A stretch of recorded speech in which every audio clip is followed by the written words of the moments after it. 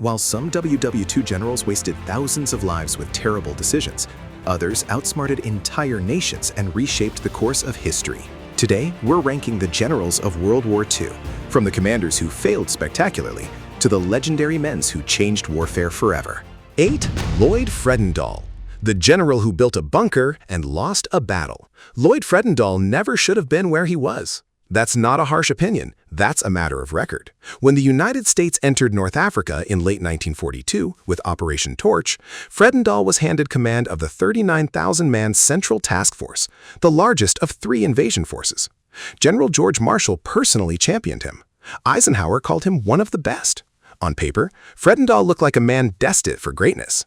What actually happened is one of the most embarrassing episodes in American military history. The Battle of Kasserine Pass, February 1943. Erwin Rommel, the Desert Fox himself, punched straight through American lines in Tunisia. U.S. forces were routed, men were captured, equipment was abandoned, and the Allied advance was set back by weeks. And where was Fredendall during all of this?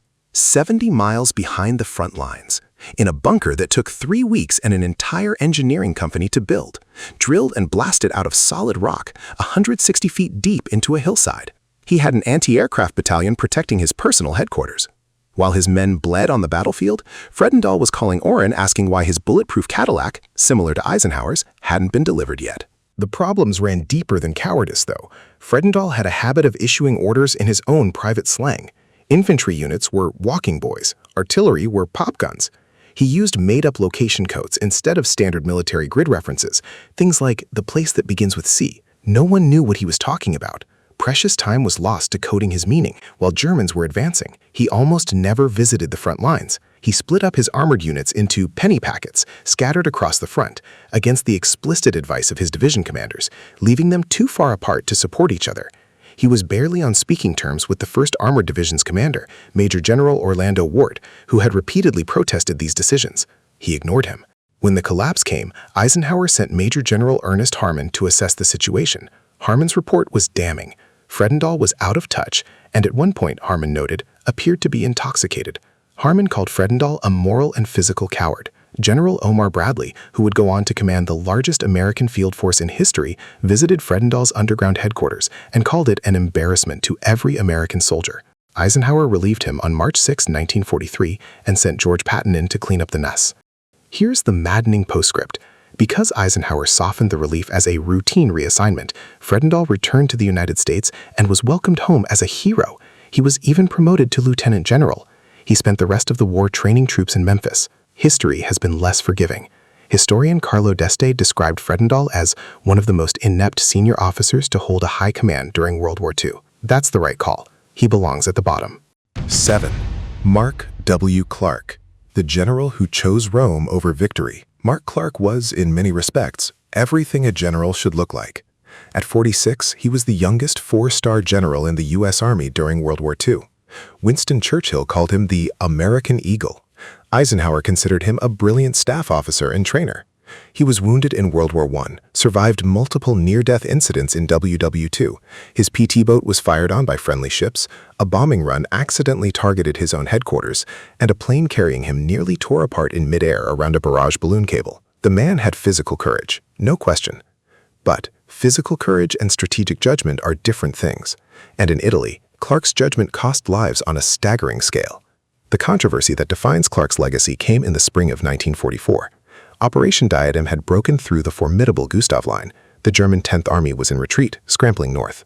Clark's colleague, General Lucien Truscott, had V Corps poised at Valmontone, in position to cut the German escape route, potentially destroying an entire enemy army. Clark changed the order. Instead of sealing the trap, he redirected the main attack northwest, toward Rome. He wanted to be the general who liberated Rome, and he made sure of it, entering the city on June 4, 1944. 2 days later, the Normandy landings happened and nobody talked about Rome again. Truscott was dumbfounded. He wrote afterward that had Clark held to the original plan, the strategic objectives of Anzio would have been accomplished in full. The German 10th Army largely escaped. Historian Carlo D'Este called Clark's decision as militarily stupid as it was insubordinate. There's a counter-argument. Some historians have since argued that Clark's chosen route actually inflicted more damage on German forces overall than the Valmontone Gap would have. The debate continues among serious military historians. But the consensus has never fully absolved Clark of the charge that personal ambition shaped a military decision. There's also the Rapido River crossing of January 1944, a frontal assault on a heavily fortified German position that the 36th Infantry Division veterans later called one of the most colossal blunders of the Second World War. 1,600 American casualties in one night. The division's Veterans Association petitioned Congress for an inquiry. Clark was absolved, but never commented on it publicly. Clark was brave. Clark was capable. Clark commanded a difficult theater under difficult conditions and ultimately brought victory in Italy. He was the last surviving American officer with 4-star rank from World War II, living until 1984. But a general whose signature campaign is shadowed by the question of whether he chose personal glory over decisive victory, that general cannot rank higher than 7th. 6. Courtney Hodges, the general history forgot, but shouldn't have. Here's a name that doesn't get the recognition it deserves, and in this case, the obscurity is actually part of the point. Courtney Hodges commanded the 1st United States Army during the Western European Campaign. Under his command, one of the largest American field armies on the Western Front, at times controlling over 250,000 men. His troops were first into Paris, first into Germany, first across the Rhine since Napoleon's era, and met the Soviet Red Army on the Elbe River. That's an extraordinary record. Hodges' story also has one of the great origin stories in American military history. He enrolled at West Point, but was dismissed after his first year. He failed geometry. He then enlisted as a private in 1906 and worked his way up from the ranks, eventually passing his officer's exam and receiving a commission. He rose from private to 4-star general, one of only 2 men in American Army history to do so. That alone tells you something about the man's character. By World War I, he had earned the Distinguished Service Cross for an extraordinary act of valor, leading a scouting party across the Meuse River, maintaining a bridgehead under 20 hours of continuous enemy fire. That bridgehead became the leading point of the American advance. In World War II, he served quietly under Bradley, took command of 1st Army in August 1944, and delivered results. His forces seized the Ludendorff Bridge at Remagen on March 7, 1945, one of the most pivotal moments of the entire European campaign.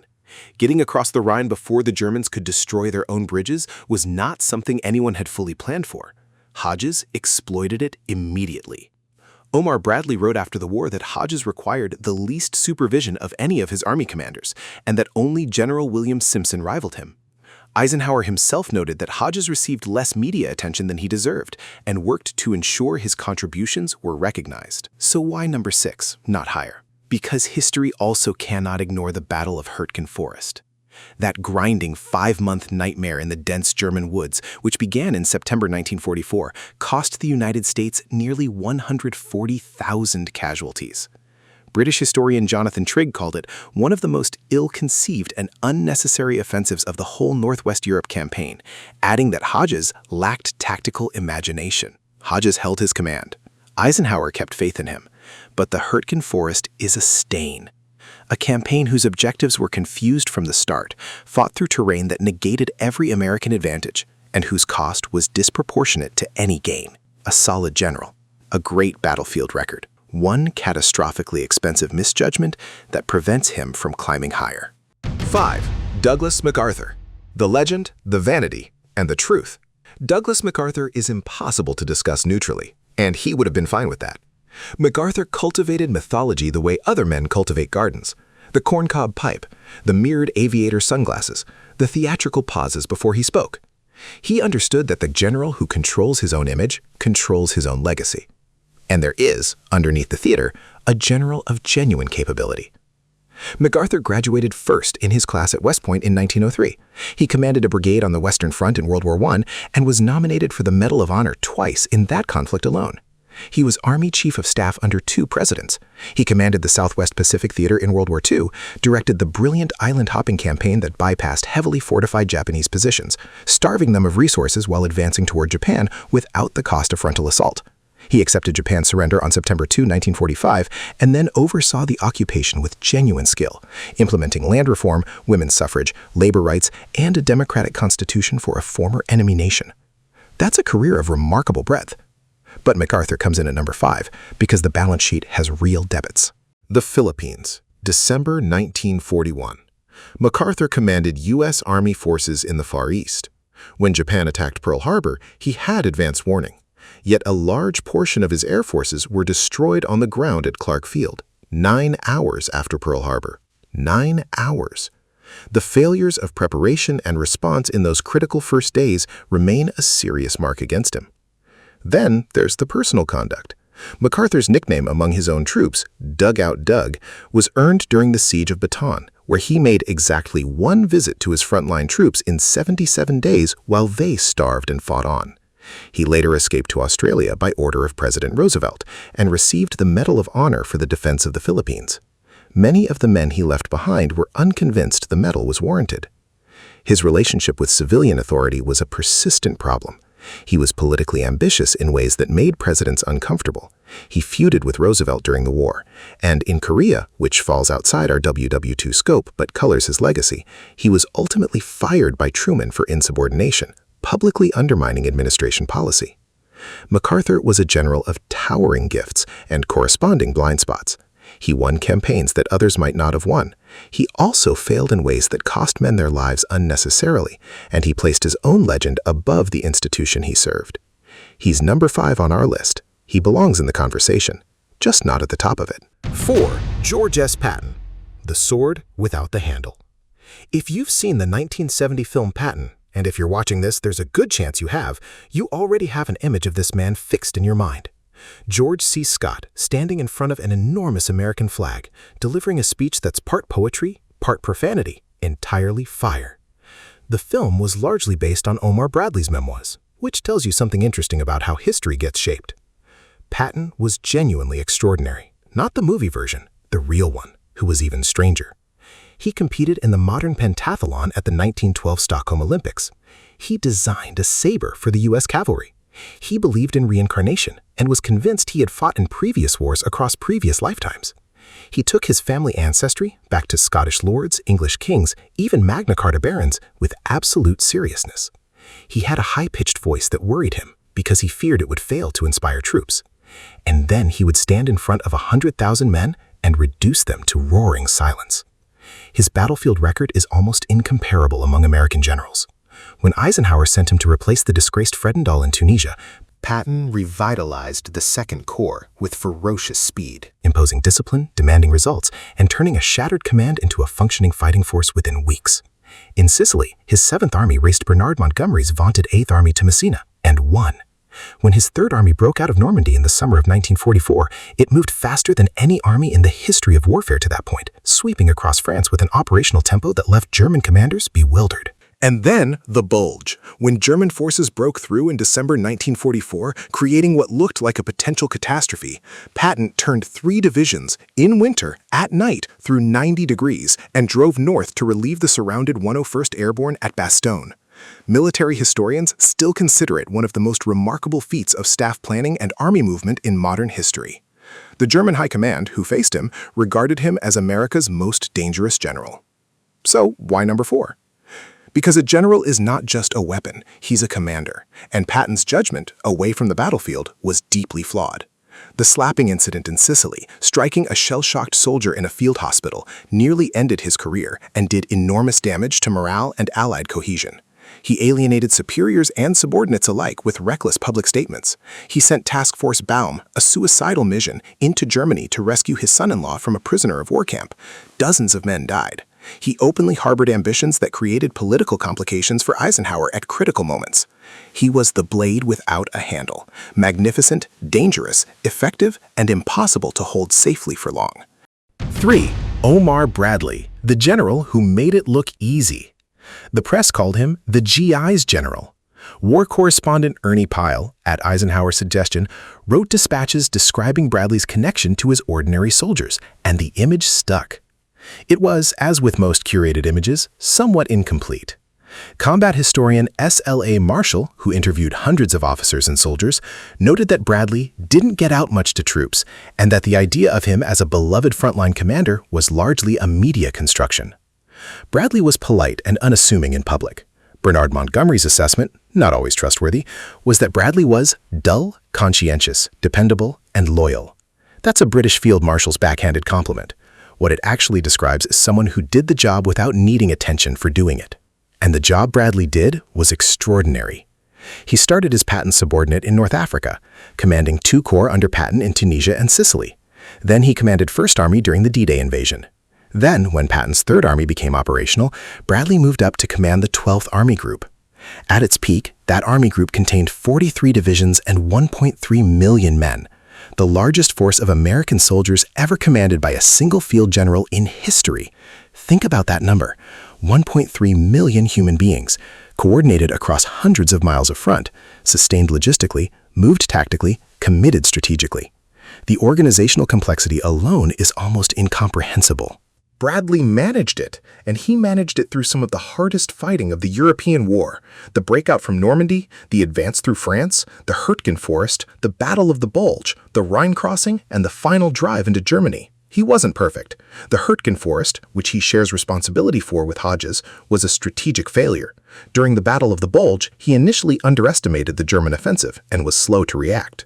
When Eisenhower placed his 1st and 9th Armies under Montgomery's command to stabilize the northern flank of the Bulge, Bradley was furious, threatening resignation before backing down. But his capacity to organize, coordinate, and command on an enormous scale, while maintaining the trust of subordinates ranging from the volatile Patton to the quieter Hodges, and while managing a complex relationship with British allies above and below him, that is the mark of a general of the first order.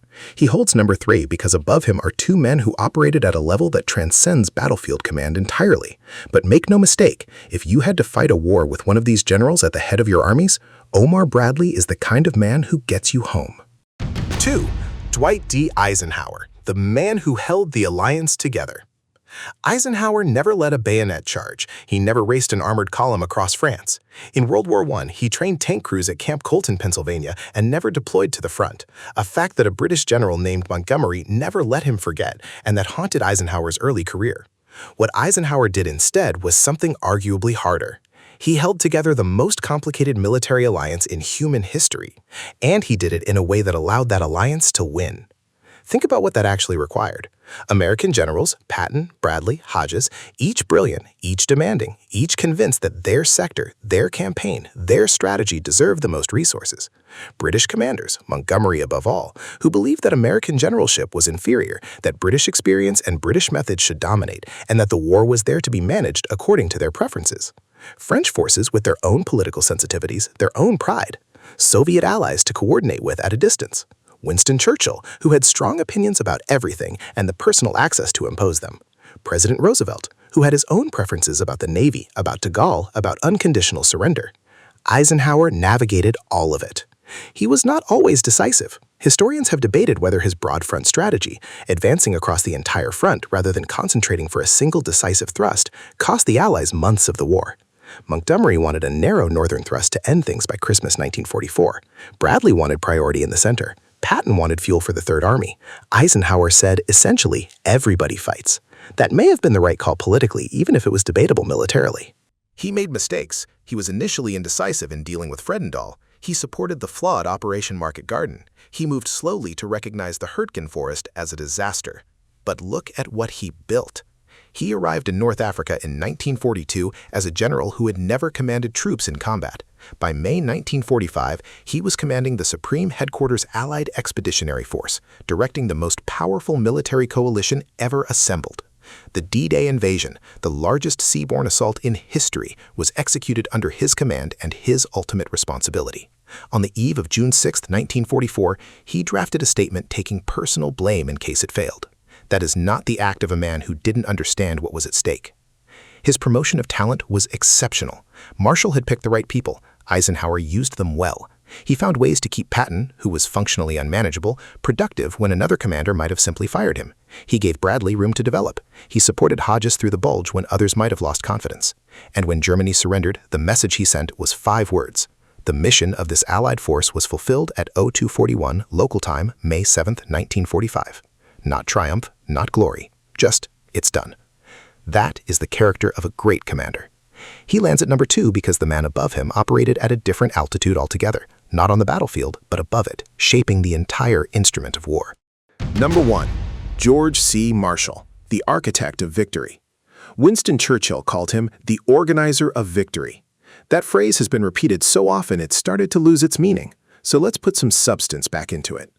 George Marshall was the Army Chief of Staff for the entire duration of World War II, from September 1939, when Germany invaded Poland, to November 1945. He served under both Franklin Roosevelt and Harry Truman. He never commanded troops in combat during the war. He never fired a shot at the enemy. He won the war anyway. In 1939, when Marshall took over as Chief of Staff, the United States Army had approximately 190,000 men. It ranked 17th in the world in military strength, behind Portugal. By 1945, Marshall had built and organized an army of over 8 million. He oversaw the creation of the structure, the doctrine, the logistics, and the officer corps that made American military power possible. Here is what that means in practice. Every general on this list, Eisenhower, Bradley, Patton, Hodges, Clark, was either appointed, promoted, or protected by George Marshall. He had a little black book of capable officers he'd been watching and cultivating for years. When the war came, he opened that book and went to work. He spotted Eisenhower's talent early, pulled him from obscurity, and made him Supreme Allied Commander in Europe over men who had more combat experience and senior rank. He championed Bradley. He recognized Patton's battlefield value even while acknowledging that Patton required careful handling. He built the system inside which all of these men operated. Marshall also did something that no other senior military figure in any country managed with quite the same integrity. He chose not to command. Franklin Roosevelt wanted Marshall in the field. When the question of who would command Operation Overlord, the Normandy invasion, was being decided, the assumption was that it would be Marshall. He was the most respected military figure in the country. Churchill backed him, the British assumed it, Marshall himself wanted it. Roosevelt kept him in Washington. The argument was that Marshall was too valuable as a strategic organizer to send to the field. "I feel I could not sleep at night with you out of the country," Roosevelt told him. Marshall accepted this, set aside what would have been the greatest field command in American history, without complaint, without bitterness, without any attempt to maneuver around the decision. He continued running the war from Washington while Eisenhower got the glory. That act of selfless professionalism in service of the larger mission tells you everything you need to know about the difference between George Marshall and every general below him on this list. His personal integrity was legendary. As a young officer, he confronted General Pershing to his face, defending his own division's commander while Pershing berated the man in front of his staff. And instead of destroying his career, it earned Pershing's lasting respect. When President Roosevelt had a tendency to refer to the Navy as us and the Army as them in planning meetings, Marshall quietly said, "Mr. President, I'd like you to stop doing that." Roosevelt laughed. The point was made. Harry Truman asked years after the war which American had made the greatest contribution of the preceding 30 years, answered without hesitation, Marshall. After the war, Marshall served as Secretary of State, proposed and implemented the Marshall Plan to rebuild the shattered economies of Western Europe, and received the Nobel Peace Prize in 1953. He remains the only military general ever to receive that honor. That is George Catlett Marshall, the finest soldier America produced, the architect of the world that came out the other side of the worst war in human history. The best on this list, by a distance. If you liked this video, I'm sure you'll like this one too. Subscribe if you enjoyed this video. Our channel is small, so we are replying every comment below. Comment any suggestion for future videos. Thanks for watching.